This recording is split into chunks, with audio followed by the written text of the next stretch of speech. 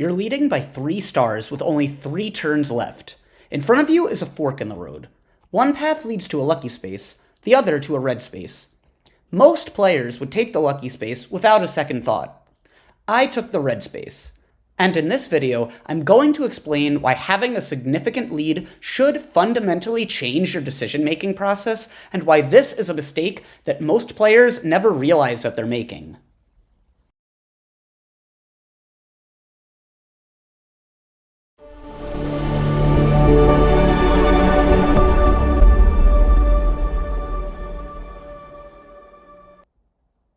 Hey everyone, welcome back to Party Puzzle Solvers. Today, I want to discuss an endgame decision I found myself facing in one of the season games during my run to the finals. I had a comfortable lead, and it's a decision that seemed so ancillary, but when you take a closer look, not making the right call could have ended disastrously. To start off, I'm playing as Daisy, per usual. It's turn 18, and I have 7 stars with 86 coins. The closest player to me is Mario, with 4 stars and 44 coins. With classic bonus stars, I have a comfortable lead in the rich star, while Mario is currently tied with Waluigi for the event star. As I mentioned, I'm significantly in the lead overall, with only 3 turns remaining, including this one. After flat rolling a 6 from this space, I find myself standing before this fork with 5 spaces remaining. My 2 choices are to hit this red space, or go this way and either stay on the lucky space island to get the lucky space, or go up towards the item shop and also hit a red space, but get 2 spaces closer to the nearest Koopa shop. Without taking any other variables into account, the obvious choice is to go this way and take the lucky space. But this is where Variance Control comes into play. Because of the fact that Mario is the closest player to me in stars, avoiding any duels with him is a major priority. Currently, I have a 3-star lead with the coin lead and a solid lead in the rich star. With so few turns left, really the only way that Mario can find himself back in this game is if he gets a massive coin bump, giving him a shot at the rich star, as well as enough coins to steal a star while still getting another star with his golden pipe.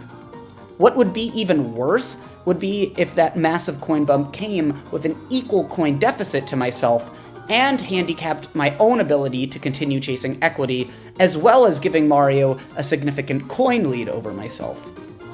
If we look at Mario's items, he has a custom dice that he could most definitely use to land on me if I place myself in his path. This is why going this way is so valuable. It completely protects the equity that I've already established throughout the game. Not only do I avoid a duel with Mario, I avoid a duel with everyone, protecting my coin equity and my lead in the rich star. The downside is having to sacrifice a lucky space and instead take a -6 coins, but the upside of protecting my already established equity with only 3 turns left is so much more important. Now, you may be thinking, well, even if I went this way, and Mario used his custom dice to land on me, he only has 2 turns left, and the star is placed far away from anything significant. Would he really have time to catch up enough in the star count?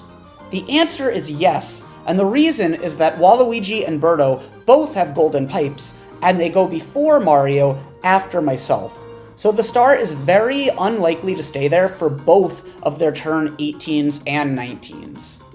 Because of this, there are several dangerous places for the star to end up before Mario's eventual golden pipe usage on turn 19.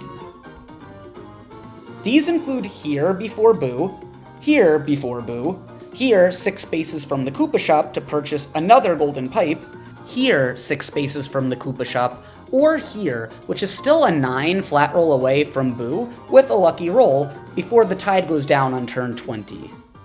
I could use my Tide Shell on turn 19 to cut down on the Boo opportunity for 2 of these options, but even so, 3 dangerous options are still too many for my blood.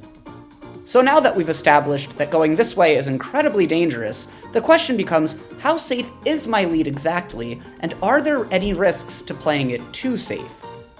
This is where we need to expand for a minute and talk about the other players in the game. While Birdo and Waluigi are well out of this game, barring chance time. They still can have an outcome if they can change the star location, like we just discussed, or if they go to Boo with enough coins to steal a star. If we look at the bottom, Birdo already has enough coins to steal, and Waluigi is not far away. How does this factor into my decision exactly?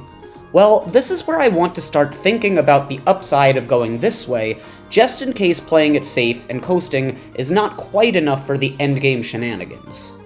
If we look at the other players, neither Waluigi nor Birdo has a realistic path to Boo on this turn. Waluigi lacks any meaningful acceleration and doesn't have the coins anyway, while Birdo has the coins but not the movement. More importantly, the item field is incredibly dry.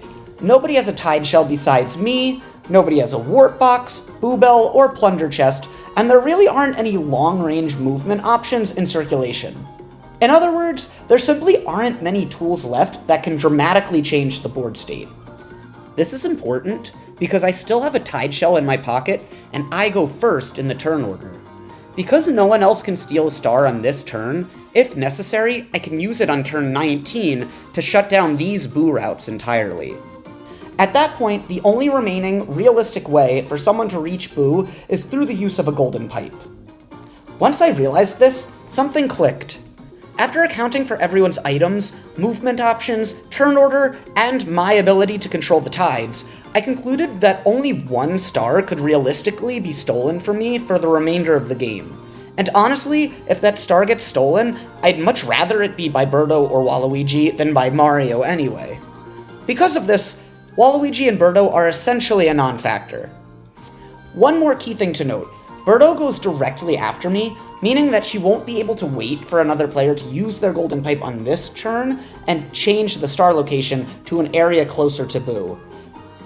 Because of this, everything else that I mentioned checks out. That's why turn order is so important when analyzing the concept of variance control. If Birdo was able to take one of these two portals with her golden pipe and get to Boo on this turn, all of a sudden my calculations change and I may have to think about going down this way. But because she's not, that's one less thing that I have to worry about.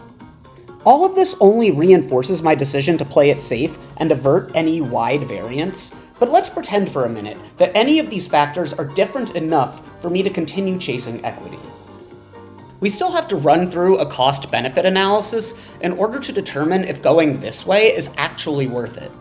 The upsides of going this way include either getting a lucky space or getting the same red space, but being 2 spaces closer to the Koopa shop starting the following turn. Real quick side note, while this red space is on one of the in-between paths that may be cut off on any given turn, no one has a Tide Shell besides myself, and no one is close to either of these event spaces, so there's really no risk of me not being in line for the Koopa shop on the following turn. So back to the analysis. What's better, taking this red space or this lucky space? And do either of them significantly help me in any way? Taking the red space gives me a 50-50 shot of getting the golden pipe on the following turn, seeing as how I have no acceleration items. Taking the lucky space, while leaving me within 10 spaces of the item shop, basically leaves the item shop as an impossibility. Based on my overall position, there are really only 3 categories of outcomes that can be established from the lucky space. The first is the negative EV outcome, such as coins, which I don't need because I'm so bloated, and trashy items, such as a creepy dice block, a 10-coin trap, a second warp box, etc. The second outcome is the neutral outcome, which is the mushroom or the double dice. This basically gives me the same odds to hit the item shop as just going to the red space. The last is the positive outcome, which is either the triple dice, custom dice, or any premium items such as a golden pipe, Boo Bell, plunder chest, etc. The problem with this outcome is that it's so unlikely to happen, as the only way to get a golden pipe or a Boo Bell is to hit the item bag option, which even after hitting it, gives me such a small chance to hit the item that I want with only 1 free space available in my item collection. What's good about landing on the lucky space, though, is that you always have the option of rolling and reassessing. If you roll high enough to reach the item shop on the following turn, great, you've effectively gotten the best of both worlds. And if not, you can always loop back around and take another shot at a stronger lucky space outcome. Even so, it's important not to overestimate how much equity this route is actually generating. Most of the outcomes are either marginal upgrades or don't meaningfully improve my position at all. The truly game-changing outcomes, things like a golden pipe or Boo Bell, exist, but they're relatively uncommon. So while this route does provide more upside than simply taking the red space, that upside is smaller than it might initially appear. Still though, if I were in a tighter game and needed to expand my equity, I would absolutely recommend taking the lucky space route. The additional upside is real, and when you're behind or only narrowly ahead, that's exactly the type of opportunity on which you should be looking to capitalize. But it's important to recognize that you're not sacrificing a massive amount of value by taking the safer route. In many situations, the difference between these two paths is actually much smaller than players assume. So the real takeaway from this video is to realize your equity and determine whether it needs protecting or expanding. If there are factors that worry you about coasting, run a cost-benefit analysis to see if chasing future equity is worth the risk. And always be as detailed as possible to make sure you're accounting for all of the confounding variables and not just the ones happening on your direct turn or in your direct path. Alright everyone, that's it for this video. Be well, stay sharp, and I'll see you guys next time.